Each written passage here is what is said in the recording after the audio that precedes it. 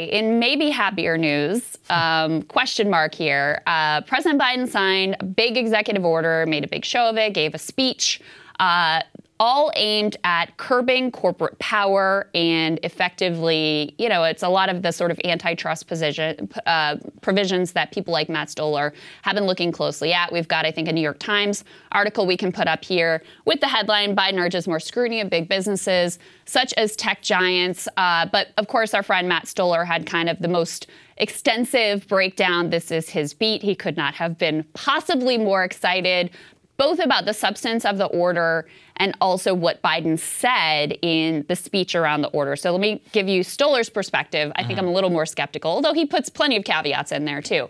So Stoller effectively says, you know, in Biden's positioning of this speech, this is as significant a change in government orientation as we've seen since like Reagan and his anti-big government ideology. And it is true that if Biden is actually serious about having a new era in government where the federal government is committed to checking and curbing corporate power, investigating corporate abuses, investigating potential monopoly and antitrust abuses, that does mark an incredibly significant shift. And Stoller points to the presence of Lina Khan, who's now FTC commissioner, who, you know, is someone who's been a real thought leader in terms of the antitrust movement. Biden has put some other good people in place that are very encouraging. And some of the specifics here are good. So let me read to you a little bit of what Stoller says here. He says the order has three basic parts. The first is a policy statement, an assertion that the U.S. government is dedicated to fighting against corporate concentration. The second is that the White House is going to ride herd on government policymakers, setting up a formal council with the heads of most cabinet agencies and regulators to meet about competition. And the third is a list of 72 specific items, as well as reports that agencies are ordered or encouraged to enact according to their existing legal authority. Few of those, obviously I'm not going to go through all 72 items, few of those are genuinely encouraging. So a couple noteworthy ones, hearing aids have always been sold with a prescription, which allows, you know, an effectively monopoly to really jack up the prices. Now they're going to be sold over the counter, which should result in immediate significant cost savings. And, you know, as someone, my dad suffers from a lot of hearing loss. I know how expensive hearing aids are. I know this huge quality of life issue for a lot of people in general, but seniors especially.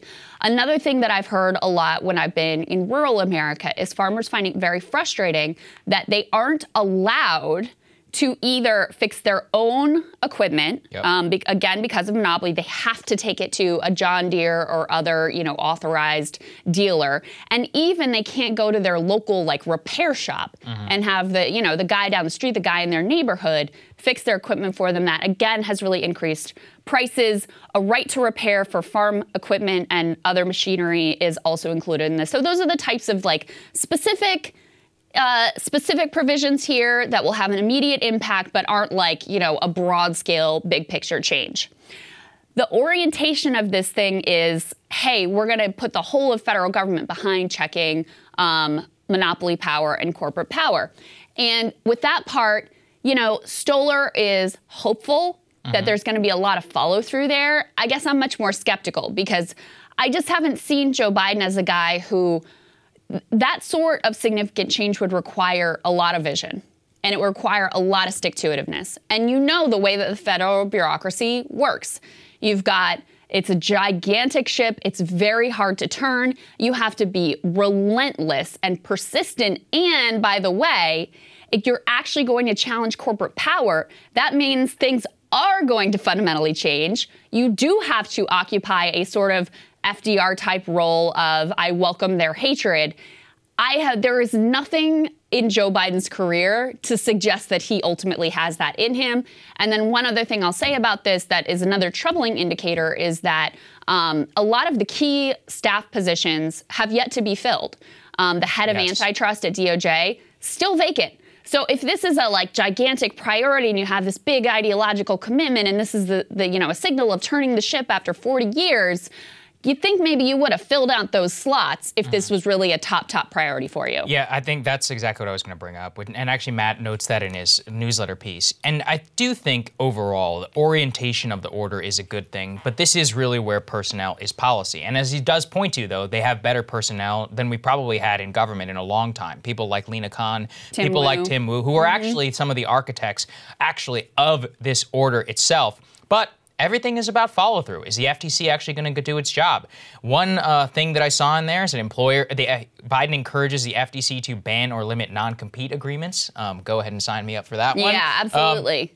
But again, it's like, this is a real thing. Well, and this is where, as I was really trying to educate myself on this order and what it would actually do, it says things like, encourage this department to do X. Can't order it, right. I know you can't order it. So that's where it's a big wait and see. Okay, is there follow through here? Is there an actual push to do this? Because also, as Stoller points out, the thing I mentioned about hearing aids, there's actually a bill passed by Congress to allow hearing aids to be sold over the counter several years back. I think it was Elizabeth Warren pushed a bill, and the bureaucrats at the relevant agency just didn't do it. They just said, nah, we're going to ignore this and we're just not going to do it. Yeah. So it requires not just, hey, we encourage you to do this, but then you got to follow through and you got to make sure that there's a true ideological commitment to moving in a different direction, which is you can't understate what a big deal that would actually be. No, I think you're absolutely right. And I do think that one encouraging sign is just some of the little below the belt stuff, which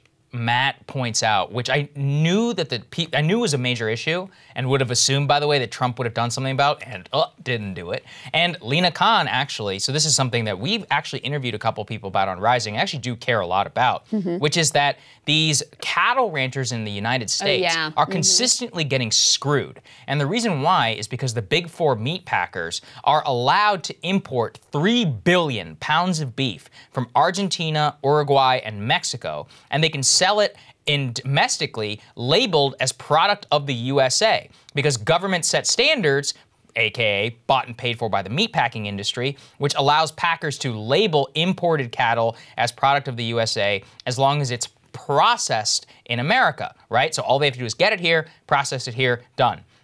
This screws over domestic ranchers because, remember, actually right now they should be making a lot of money because beef prices are actually really, really high. It was some of the highest meat prices in a really long time. But what's happening instead is that they're getting screwed because the Made in the USA label is not the same thing or is confused as a product of the USA label. Yeah. This is something that actually the FTC right now, or at the very least, is cracking down on. This is actually a major issue out west, especially Montana, all of that. We should have that guy back on. We absolutely should. Actually, I forget who he is, but we will go through and we'll find him. But these are the types of little things where American industry gets screwed repeatedly and which government has to be laser focused on because there's a multi-billion-dollar industry. This doesn't necessarily correlate with the order. I'm just giving you an example of what Lina Khan and her FTC is looking at that has not even been looked at for years now. Yeah. The Trump administration, the Obama administration, the Bush administration, all of them were in the hands of the big meat industry. And this is one of the first time people need to stand up for the people who actually raise cattle here in the United States and actually do a much, much better job than people in South America. It's just a tiny little glimpse into how our whole economy is rigged, and even the labeling standards themselves. Yeah, and Republicans have gotten very exercised about consolidation in big tech, which I get because it impacts almost anybody who's online, impacts their lives, very tangible, people can kind of understand what's going on there and see that consolidation. But this type of consolidation has happened in almost every industry, and ag is one of them. One of the things that was actually really hopeful to see about the response to this order was it was bipartisan. There was bipartisan opposition and there was bipartisan support. You had people like Chuck Grassley. You had the Farm Bureau, which is very conservative generally in their orientation, all come out in support of some of these provisions with regard to rural America. I would also say, look, this is a long game for Democrats in terms of winning back rural America. But these types of actions are things that, because they do have profound bipartisan support and real-world tangible impact on the lives of, especially farmers and ranchers in rural America, it's a good start. If you want to win people back, this is a really good direction to ultimately go in. So, I guess I'd say the thing that's good about it is some of the politics around antitrust haven't been just ruined by like culture war and weird partisan bullshit, because there have been heroes and villains on both sides of the aisle with regards to this. There isn't just like one partisan view that you can be for or against. Marco Rubio has been talking about the non-compete stuff. So you do actually have a little bit of this, you know, cross-partisan consensus among a few people for something that is actually good, which, as you all know, is extraordinarily unusual. Usually when there's bipartisan agreement, it's in favor of wars or tax cuts or something else, or regime change, right? Or something else terrible, which we'll get to in a little bit. About to get to that. Right. So hopeful indicators, but at this point, they're mostly just that, indicators. And we have to stay on top of making sure that they actually follow through, you know, in a way that, look, we were also hopeful about when they talked about lifting the vaccine patent protection, and that's just sort of like fallen by the wayside. Well, I've kind of said that, but given what was going to happen in the WTO, or the World Trade Organization, it was like, look, I mean, it's just because the Europeans also want to hold it up. It's like, that's it, game over. But there was no willingness to actually put any political capital on the line, use the many tools at our disposal to actually get this done. So do you have that kind of orientation, or do you actually put some muscle into it and change the direction of the federal government? If so, Stoller is 100% right that that would represent a profound shift in American politics, you know, from the trajectory of the past 40 years. So right now, we'll wait and see. We'll wait and see. You guys should sign up for his newsletter. We'll put the link down there. 100%. He does really great work there, especially if you care about these issues, which truly are central to, you know, essentially everything about our markets right now. Hey guys, thanks so much for watching. That's right. Just as a reminder, you can become a premium subscriber today. Watch the full show completely uncut, our reactions to each other's monologues. You get to listen to it. You get to ask us questions, all that good stuff. Link is right there in the description or at breakingpoints.com. Best of all, great way to say screw you to the mainstream media.